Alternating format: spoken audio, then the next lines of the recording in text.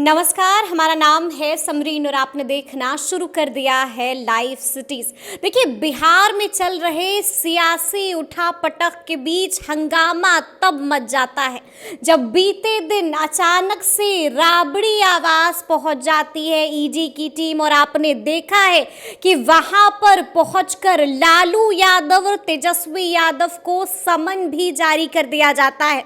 मिली जानकारी के अनुसार 29 तारीख को तेजस्वी यादव और 30 तारीख को लालू यादव को ईडी के सामने पूछताछ के लिए पेश होना होगा। तो आज हम इसी मुद्दे पर सीधी बातचीत करेंगे पटना हाई कोर्ट के जाने माने एडवोकेट देव प्रकाश जी से। सबसे पहले बहुत शुक्रिया बात करने के लिए। धन्यवाद। तो जैसा कि मैंने शुरू में ही कहा कि अचानक से ईडी की टीम पहुंच जाती है राबड़ी आवास, तो वकील साहब क्या ये कोई खतरे की आहट तो नहीं है? देखिए, सम्मन का प्रोसेस ही यही है। सम्मन का प्रोसेस है, या तो रजिस्टर्ड डाक से जाएगा जी, या कोर्ट के द्वारा सूचना दी जाएगी, या अगर चूंकि इनको कोर्ट का दर्जा प्राप्त है, क्वासी जुडिशियल अथॉरिटी माने जाते हैं पीएमएलए एक्ट में, तो उसमें क्या है, सम्मन को अपने अधिकारी से ही भेज सकते हैं ये। अच्छा। बल्कि रियल जो नियमतः क्रिमिनल प्रोसीजर 61 में लिखा हुआ है, उसमें सम्मन प्रोसीजर में लिखा हुआ है ये चीज़ कि सम्मन जब भी भेजिए आप तो किसी सिपाही से, किसी पदाधिकारी के द्वारा ही हैंड टू हैंड, क्योंकि मान लीजिए कोई लेटर आया और कई बार हम लोगों के यहाँ भी ऑफिस में भी, घर में भी कोई गार्ड रिसीव किया और हमारे यहाँ 7 दिन के बाद दिया या नहीं दिया, भूल गया, तो गलतियाँ होती हैं। तो कई बार लोग कहता आपने सर्व तो किया, हमें मिला नहीं लेटर। तो उसमें यह नियम बना कि नहीं, सम्मन उसी को दीजिए जिसके हाथ में, जिनके नाम से सम्मन हो। इसलिए किसी अधिकारी के द्वारा उनके घर पर दिया गया। दूसरी बात, पिछली बार जो उनके वकील ने वहाँ पर कहा है कि वो बुजुर्ग आदमी हैं, बीमार हैं, ठंडा का समय है, वो अभी दिल्ली आने से लाचार हैं, तो इस बार सम्मन में एक डिफरेंस है। अच्छा। एक डिफरेंस क्या है कि छज्जू बाग में, बैंक रोड में एक ऑफिस है ईडी का, तो इनको कहा गया कि इस बार आप यहीं हाजिर हो जाइए, कोई ज़रूरत नहीं है दिल्ली आ पाइए, आप पटना में जो ऑफिस है वहीं पर आप आ जाइए। तो सम्मन जो होता है इनका अंडर सेक्शन 50, वो कंपेलिंग प्रोविज़न है कि मतलब ऐसा नहीं कि सम्मन कोई इन्विटेशन लेटर है, का मन हो तो जाइए, मन हो तो नहीं जाइए। हाँ, टाइम पिटिशन आप ले सकते हैं, और केवल इस ग्राउंड पर कि केवल सम्मन में हम नहीं गए तो हमको आप अरेस्ट कर लीजिएगा, ऐसा भी नहीं है। केवल आप नहीं गए और कोई कारण है, क्योंकि आप जानते हैं इनका जो बेल प्रोसीजियर से थोड़ा टफ है, जो सेक्शन 45 है। ऐसे तो उसमें लिखा हुआ है कि महिला हो, बुजुर्ग हो, बीमारी से सख्त हो, तो इस ढंग का कोई कारण अगर बनता है तो उनको अरेस्ट नहीं किया जाता है। लेकिन उसमें है कि एक बार और में यह भी लिखा होगा 1 करोड़ तक का घोटाला हो, तो ये लोग कानून को अपने हिसाब से कई बार यूज करते हैं। अभी आपको इसमें एक बात बहुत मार्के की हम बता देते हैं। एक तो विजय मोहन लाल चौधरी वाला जजमेंट है, विजय मोहन लाल चौधरी जो जस्टिस खानविलकर साहब जजमेंट है, जिसमें कि समझिए कि संविधान के कुछ धाराओं के भी मैंने कुछ अनुच्छेद का भी धज्जियाँ उड़ा के रख दिया गया, जिसमें कि आर्टिकल 20 है, 21 है, 22 है, जिसको कि मिसा कानून जो लागू हुआ था तो फंडामेंटल राइट को सीज कर लिया गया था।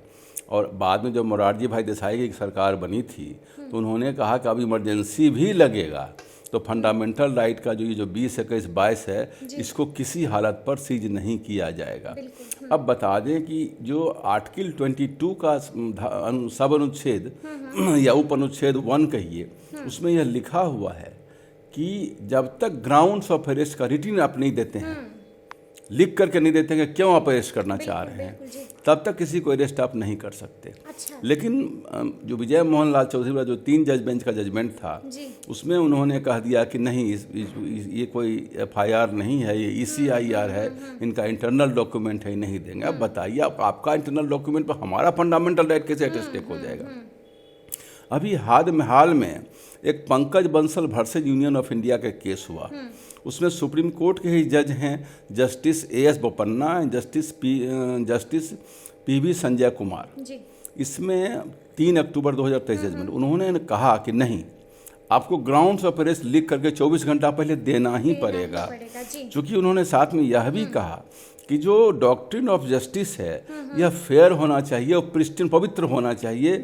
यह नहीं होना चाहिए कि आप अपने क्लाउड में घेरे में आ जाएं कि एक विंडिक्टिव एटीट्यूड से आप काम तो क्या ईडी को भी देना पड़ेगा? बदले की भावना से आप कर रहे हैं, ये आया। लेकिन अब देखिए, डिवीजन बेंच का जजमेंट है, वो जजमेंट 3 जज बेंच का जजमेंट है। अब उसके बाद तुरंत ही सुप्रीम कोर्ट का दूसरा जजमेंट आ गया। उसमें वो जस्टिस बेला एम त्रिवेदी हैं और जस्टिस सतीश चंद्रा साहब हैं। दिसंबर 15 2000 2 महीना के अंदर उसमें इन्होंने कह दिया कि नहीं नहीं नहीं, ये तो थोड़ा सा गड़बड़ है, क्योंकि पहले जो है 3 जज बेंच का जजमेंट है, उसमें कहा गया नहीं देना है। उन्होंने कहा कि नहीं, आप यह नहीं है कि पहले लिख करके दीजिए, लेकिन अरेस्ट होने के 24 घंटा के अंदर आप लिख के दीजिए। अच्छा। जबकि विजय मोहन लाल चौधरी में यह भी लिखा हुआ नहीं था, तो थोड़ा सा डाइल्यूट कर दिया उसको। ठीक है। डाइल्यूट कर दिया। अब आपको थोड़ा सा लीगल पॉइंट समझाते हैं, जो कि थोड़ा आप लोगों का विषय नहीं है, हो सकता है आपको दर्शक का विषय उतना ना हो, कि हम आपको प्रयास करेंगे सिंपल भाषा में समझाने की बात। कि एक जो from the mouth of the horse जिसको कहते हैं, कि सरकार अथॉरिटी के हाथ से कोई भाषा, अभी सुबह कुछ बोलिए, दोपहर कुछ बोलिए, शाम में कुछ बोलिए, तो कानून का विद्यार्थी क्या फॉलो करेगा। और आप देखिए कि जस्टिस बेला एम त्रिवेदी जजमेंट के बाद भी हरियाणा और जो पंजाब हरियाणा हाई कोर्ट ने फिर जजमेंट दे दिया कि नहीं, आप लिख करके दीजिए, उसके बाद अरेस्ट करिएगा। ऐसे अरेस्ट करना गलत है, इलीगल है आपका। तो सबसे बड़ी बात है कि लॉ में एक सिस्टम है पर इंक्यूरियम, जिसको कि बैड इन लॉ कहता है, जिसको आप कहा जाएगी कि असंगत या माने कानून सम्मत नहीं है, ये बात विधि सम्मत नहीं है। तो विधि सम्मत नहीं है वाली बात आ जाती है। और इसमें प्रणय सेठी का जजमेंट है, रघुवीर सिंह का जजमेंट है, ये सब कॉन्स्टिट्यूशनल बेंच जजमेंट है, सत्य चंद्र प्रकाश का जजमेंट है, ये सब जजमेंट इसमें लागू है। उसमें कहता ये है कि अगर कोई जजमेंट सेम स्ट्रेंथ के बेंच से द्वारा दिया गया है, तो जो पहले दिया गया है उसको ओवर रूल दूसरा सेम स्ट्रेंथ का बेंच नहीं कर सकता। तो वर्चुअली जो लागू होगा वो पंकज बंसल का ही जजमेंट लागू होगा। लेकिन इन्होंने क्या किया है, इसने जो जस्टिस बेला त्रिवेदी ने का जो बेंच है, उसमें इन्होंने कहा कि नहीं, इसमें 3 जज बेंच का इन्होंने ग्राउंड ले लिया कि जो उसका चर्चा नहीं किया गया विजय मोहन, जबकि उसका चर्चा है उसमें, उसका पूरा चर्चा किया, लेकिन आर्टिकल 22 का चर्चा किया है। आर्टिकल 22 संविधान का एक फंडामेंटल राइट है, जिसको कि आप इमरजेंसी में भी सीज नहीं कर सकते हैं। मीसा कानून में इसको सीज किया गया। ठीक है वकील साहब, हम पहले जो अपनी जो बात है उसको दोबारा से वहीं पर जाना चाहेंगे। हम आपसे ये जानना चाहेंगे वकील साहब कि 2 बार समन को इग्नोर कर दिया है तेजस्वी यादव ने, तो क्या ऐसा करना उनके लिए मुसीबतें पैदा कर देगा? इसलिए मैं आपको उसी को समझा रहा था। जो पंकज बंसल वाला जो केस है, उसमें सुप्रीम कोर्ट ने कहा कि केवल नॉन कोऑपरेशन ऑफ दिस सम्मन इन्वेस्टिगेशन के नाम पर स्टॉप नहीं कर सकते हैं। ये एक मार्के की बात है कि किसी ने आपके सम्मन को नॉन कोऑपरेट कर दिया, तो उसको आप उसी ग्राउंड पर अरेस्ट कर लीजिए। नहीं, पहले ग्राउंड से अरेस्ट आप लिख करके दीजिए। और जिससे और कानून में है कि जुडिशियल मजिस्ट्रेट से अरेस्ट वारंट आप ले लीजिए, तब अरेस्ट करिए। ये सब कानून का एक विधि है, जिसको थोड़ा इसमें कट शॉर्ट किया गया है ईडी वाले में। उसी को उसने कहा कि नहीं, विंडिक्टिव एटीट्यूड हो जाता है, कहीं कहीं बदले की भावना से आप काम करते हैं। बात सही गलत अपना जगह पर है, कि कौन किया नहीं किया वो अलग बात है। अभी मेरिट्स पर, चूँकि मेरिट्स हमको बहुत सारा पता भी नहीं है, job land for job scam का केस है, तो ये अलग मामला है कि उनका कौन मकान दिल्ली में है, वो मकान प्रेडिकेट ऑफेंस जिसको कहा जाए क्राइम से वो मिला है, तो वो आ जाता है इनके दायरे में। वो आता है कि नहीं आता, वो बाद की बात है। तो क्या ईडी को भी अरेस्ट करने से पहले 24 घंटे पहले ही लिख कर देना होगा? इसमें कहा कि जो स्टेयर डेसिस का जो प्रिंसिपल है, इसको रेशियो डेसिडेंडी भी कहा जाता है कानून की भाषा में, कि कानून में किसको माने। अब जिसको जो मन होगा वो मान लेगा। अच्छा। 2 बातें आपने कह दी, एक बार कह दिया 10 बजे आइए, फिर दूसरे कह दिया 10:30 बजे आइए, तो दोनों बात में कौन सही? नियमता प्रशासनिक आदेश में है कि जो बाद का आदेश है वो चलेगा, लेकिन कानून में कहता है कि जो पहले का आदेश है अगर सेम स्ट्रेंथ है तो वही चलेगा। अब जहाँ तक बच गया बात पर इंक्वेरियम का, कि बैड इन लॉ है, उन्होंने 3 जज बेंच के कानून कैसे कट कर दिया पंकज बंसल वाले केस में, तो मैं उसका भी बारे में बता देता हूँ कि आपने भी तो कह दिया है, जस्टिस बेला एम त्रिवेदी ने भी कह दिया है कि आप 24 घंटा के अंदर आप दीजिए। मैंने अरेस्ट करने के 24 घंटा के अंदर, उन्होंने कहा अरेस्ट करने के 24 घंटा पहले दीजिए, और यहाँ कहता उसके अंदर। लागू क्या होगा? दोनों गलत, दोनों नियम से दीजिए। मोहन लाल चौधरी के साथ दोनों पर इंक्वेरियम होगी। दूसरी बात, अरेस्ट आप अभी करिएगा, 24 घंटा के बाद दीजिएगा, तो कैसे चलेगा? तब तो आफ्टर थॉट हो गया ना। आप हमको अरेस्ट किसी कारण बस किए, बाद में कुछ और कारण बना के दे दिए, तो ये लीगली और कॉन्स्टिट्यूशनली गलत हुआ। अब आपको मैं चीज़ और बता दें, इतिहास अपने यहाँ का कहता है कि जब जब सरकार मजबूत होती है, सुप्रीम कोर्ट कमजोर हो जाता है। चाहे वो जवाहरलाल नेहरू हो, इंदिरा गांधी हो, राजीव गांधी हो, या अभी मोदी साहब हो। जब जब सरकार दोनों हाउस मेजोरिटी में आ जाती है, तो सुप्रीम कोर्ट दुबक जाता है। आप सेम देखिए मिसा कानून में वैसे ही एडीएम जबलपुर वाले केस में हाईकोर्ट ने बेल दे दिया था और सुप्रीम कोर्ट ने कर दिया। वो तो बाद में केशवानंद भारती वाले केस में सुप्रीम कोर्ट ने फिर से सख्ती दे, सुप्रीम कोर्ट दुबक जाता है, लेकिन दुबका हो बहुत दिन नहीं रहेगा, बहुत दिन नहीं रहेगा। अच्छा वकील साहब, हम आपसे ये भी जानना चाहेंगे कि जिस तरह से हम लोगों ने बात किया कि 2 समन को इग्नोर कर दिया है तेजस्वी यादव ने, तो क्या ये मुमकिन है कि अब ईडी उनके ठिकानों पर भी रेड कर सकती है? नहीं, वो सब तो हो चुका है, सर्वे तो पहले हो चुका है, वो भी रेड करने के क्या आप गिरफ्तारी की तलवार लटक रही है? नहीं, अभी सम्मन और देगा अधिकारी। इस बार वकील उनके हाजिर होंगे। सम्मन पर ऐसा नहीं है कि उन्हीं को जाके खड़ा होना है, अभी और भी सम्मन आएंगे, उनके पास जाएंगे। जब ऐसा कंपेलिंग होगा तो अरेस्ट का पोजीशन अगर बनता है, क्योंकि सम्मन मैंने पहले का इन्विटेशन नहीं है कि आप शादी में है कि मन हो जाइए, मन उतने, वो कंपेलिंग प्रोविजन है। आपको सम्मन है तो जाना ही जाना है। अगर कोई कारण है तो आपका वकील खड़ा होकर टाइम पिटिशन वहाँ देगा। लेकिन हम देख रहे हैं कि तुरंत देख पर नॉर्मली दिया जाता है 1 महीना का समय, कभी 2 महीना का समय भी दिया जाता है। और लालू यादव तो काफ़ी डिजीज हैं और बुजुर्ग आदमी भी हैं, तो उनको सम्मन बजाने का अच्छा है कि आप वहीं जाकर इंटरव्यू ले लीजिए। घरे पर जाकर सम्मन में सब थोड़े है कि आप वहीं जाकर ऑफिस से, आज के ज़माने में आप ऑनलाइन कर लीजिए ना, ऑनलाइन कर लीजिए। आज के ज़माने में वो जो मुगल साम्राज्य का कानून है उसको क्यों लागू किए हुए? जब ऑलरेडी चीफ जस्टिस ने कह दिया ऑनलाइन जब कोर्ट चल सकता है, ऑनलाइन इनकम टैक्स और जीएसटी फाइल हो सकता है, तो ऑनलाइन एक इंटरव्यू पूछताछ क्यों नहीं हो सकता? आप कर लीजिए ऑनलाइन पूछताछ। क्या ज़रूरत है कि आप उसको उनको बुला के ही करना आपको ज़रूरी है? दूसरा, अगर वो बोलने के पोजिशन में है, बीमार है, तो समय लेंगे, और समय लेने का राइट है, वकील जाएंगे सम्मान लेंगे, ऐसा भी नहीं लिखा। अच्छा, कितने समन को इग्नोर किया जा सकता है? इस पर कोई कानून फिक्स नहीं है। कोई कानून फिक्स नहीं है, वो तो पहले 5, 6, 7 जरूर सम्मान देगा कम से कम। अच्छा। उसके पहले अरेस्ट नहीं करेगा। मतलब अभी टाइम है तेजस्वी यादव के पास? हाँ, अभी समय है, अभी गिरफ्तारी की कोई तलवार नहीं। और बाकी जो सम्मन के लिए कोई अधिकारी ईडी चले गए वहाँ पर, तो सम्मन तो ऐसे जाने का तरीका, that is the mode of service, वो तो मोड ऑफ सर्विस ऑफ सम्मन है, उसमें कहीं कोई दिक्कत नहीं। अच्छा, ये भी हमने देखा है कि ईडी ने एक सप्लीमेंट्री चार्जशीट दाखिल कर दी है। 18 तारीख को इस पर सुनवाई भी हुई और आज फैसला भी आना है। और कटघरे में लालू यादव की बेटियां भी हैं, मीसा भारती भी हैं, हेमा यादव भी है। कितनी खतरनाक है सप्लीमेंट्री? देखिए, चार्जशीट होगा तो फिर कॉग्निजेंस होगा, कॉग्निजेंस होगा तो बेल सीक किया जाएगा उस पर।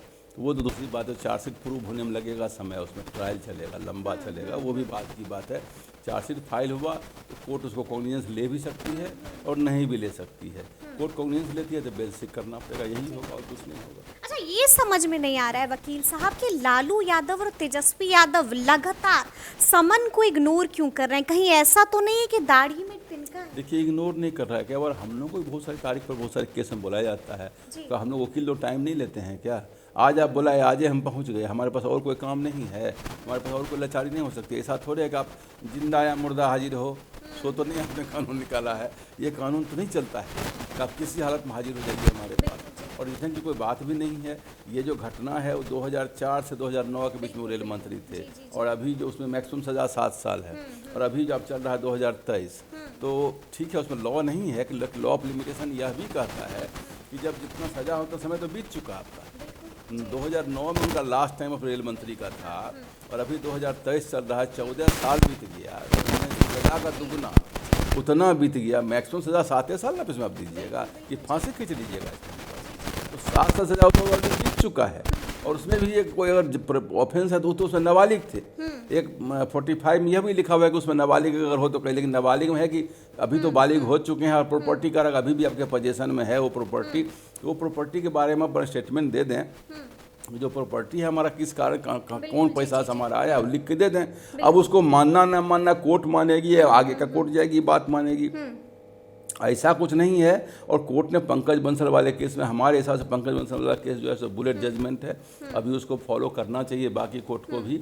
और जो बेला एम त्रिवेदी वाला वो थोड़ा सा डायल्यूशन है उसमें, ऐसा नहीं कि वो विजय मोहन लाल चौधरी कंप्लीट फॉलो किए हैं, सो भी नहीं है, थोड़ा सा डायल्यूशन है। अच्छा वकील साहब, एक आखिरी सवाल है मेरा कि आप लगातार कहते हैं कि ईडी सबसे ज़्यादा खतरनाक होती है, तो हम ये जानना चाहते हैं कि अगर इसी तरह से मुसलसल लगातार समन को इग्नोर किया जाता है तो ईडी के हाथ में क्या पावर है, कितनी खतरनाक है और क्या कुछ कर सकती है? देखिए, सिंपल प्रोविजन लॉ का है कि सम्मन जब बार बार इग्नोर करिएगा तो एक बाद में जाकर के उसमें आपको क्या नाम है, बेलेबल वारंट इशू कर देगा। बेलेबल वारंट नहीं मानिएगा, नॉन बेलेबल वारंट इशू करेगा। उसके बाद नहीं होगा तो अरेस्ट वारंट इशू कर, नॉन अवेलेबल वारंट है, अरेस्ट वारंट है, फिर पुलिस जाकर अरेस्ट करेगी आपको। ये तो सिंपल प्रोविजन है, कोई ऐसा नहीं है कि हर कानून में है। अच्छा, ऐसा क्या पावर है ईडी के पास जो बाकियों के पास नहीं है? ईडी को दिया गया कि इनको खुद पावर दे दिया गया है अरेस्टिंग का सेक्शन 19 में। बाकी को है कि जुडिशियल मजिस्ट्रेट से वारंट आपको लेना पड़ेगा। इनको बिना वारंट के भी जाकर के अरेस्ट करेंगे, फिर जाकर वो कोर्ट को बताएंगे हमने, वो भी बंद सील्ड इन्वेलप में बताएंगे हमने क्यों अरेस्ट किया, जबकि कोर्ट ने कहा कि नहीं, ये फंडामेंटल राइट का वायलेशन है कि किसी के लिबर्टी के अधिकार को अगर आप कर्व करते हैं, उसको कहीं बसीभूत करते हैं उसको आप, तो आपको बताना पड़ेगा क्यों उसको अरेस्ट कर रहे हैं। इसमें कई एक जजमेंट है और कहीं न कहीं ये कानून के विद्यार्थी होने के नाते हमें भी लगता है ये कहीं न कहीं फंडामेंटल राइट का स्पष्ट वायलेशन है। स्पष्ट वायलेशन है। तो सुना आपने क्या कुछ बता रहे हैं वकील साहब। तो ये पूरी बातचीत आपको कैसी लगी है कमेंट करके हमें ज़रूर बताइएगा। तो इस तरह के तमाम अपडेट्स के लिए ऐसे ही हमारे साथ बने रहिएगा और देखते रहिएगा लाइव सिटीज़। बहुत शुक्रिया।